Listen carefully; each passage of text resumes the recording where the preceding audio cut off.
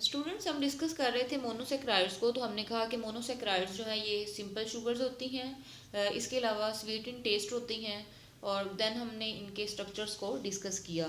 तो स्ट्रक्चर्स में अब हमारे पास हमने राइबोफ्यूरानोज और इसके अलावा ग्लूकोपाइरानोज को हमने डिस्कस किया। तो अब हम जो ग्लूकोज की चेन फॉर्म और इसके अलावा जो इनकी रिंग्ड फॉर्म है उनको देख लेते हैं। यहाँ पे हमारे पास जो है ये चेन फॉर्म है पेंटोज या फिर राइबोज शुगर की।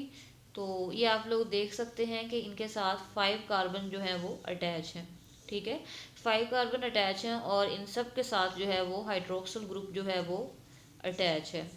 तो इस शुगर को हम नाम देते हैं राइबोफ्यूरानोज का, जो कि 5 कार्बन शुगर है और ये चेन फॉर्म में मौजूद है। इसके बाद हम देखते हैं ग्लूकोज को। तो ग्लूकोज जो है इसको हेक्सोज भी कहा जाता है, जो कि 6 कार्बन शुगर है और इसको हाइड्रोलाइज जो है वो नहीं किया जा सकता इस राइबोज शुगर की तरह। ठीक है, राइबोज और ग्लूकोज को हाइड्रोलाइज नहीं किया जा सकता क्योंकि ये मोनोसेक्राइड्स हैं। तो यहाँ पे आप लोग देख सकते हैं कि यहाँ पे जो हाइड्रोक्सिल ग्रुप है ये 3rd कार्बन एटम के साथ ये इस साइड पे अटैच है। ठीक है, तो ये थोड़ा सा इनमें फ़र्क होता है। और जो ग्लूकोज है ये 6 कार्बन शुगर है। लेकिन अगर हम बात करें तो ग्लूकोज जो ब्लड में 0.08% ग्लूकोज जो है ये ब्लड में भी मौजूद होता है। इसके अलावा अगर हम ग्लूकोज की बात करें तो ये फ्री स्टेट में भी पाया जाता है और डेट्स और फिग्स वगैरह में भी ग्लूकोज जो है वो एग्जिस्ट करता है। इसके अलावा जितने भी हमारे पास ग्रीन प्लांट्स हैं वो ग्लूकोज को सिंथेसाइज करते हैं by the process of photosynthesis के ज़रिए। इसको हम फर्दर डिस्कस करेंगे। तो स्टूडेंट्स अगर हमने इन दोनों चेन फॉर्म जो स्ट्रक्चर्स हमें नज़र आ रहे हैं इनको रिंग फॉर्म में जब कन्वर्ट करते हैं तो कुछ इस तरह से स्ट्रक्चर बनता है। ये राइबोज शुगर का स्ट्रक्चर है जिसको हम राइबोफ्यूरानोज का नाम देते हैं और ये 5 कार्बन शुगर है। यहाँ पे आप लोग देख सकते हैं कि ऑक्सीजन एटम है, फिर ये कार्बन है, कार्बन नंबर 1। ठीक है, फिर इसके बाद 2 है, 3 है, 4। ठीक है, तो इसके अलावा ये 5 वाला कार्बन जो है वो अटैच है और इसके साथ भी हाइड्रोक्सिल ग्रुप जो है वो अटैच है। तो इस शुगर को ये जो हमें रिंग्ड स्ट्रक्चर नज़र आ रहा है इसको हम नाम देते हैं राइबोफ्यूरानोज का।